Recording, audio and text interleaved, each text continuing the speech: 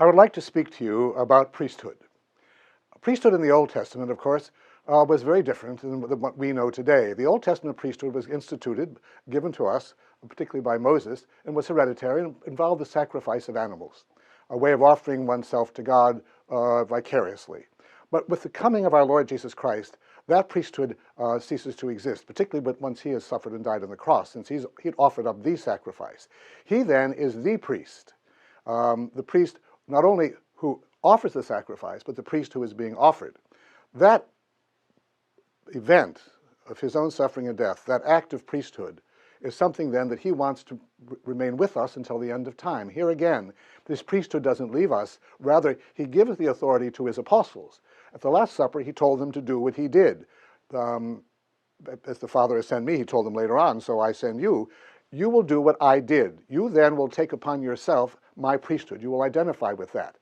There are not many priests. There is only one priest, and Jesus Christ is the priest, and that one priesthood is exercised by those people to whom it is given, the many priests throughout the world, but there's only one priesthood.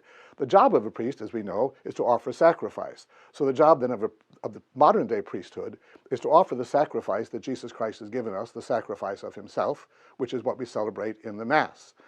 Now, there are those who would say, well, the word priest, as was known at the time, is never used in the New Testament, in the Greek. There's a reason for that. They used a different word, presbyteroi, because they didn't want it to associate the new priesthood with the old priesthood or with the pagan priesthood, in which the priest offered up something distinct from himself.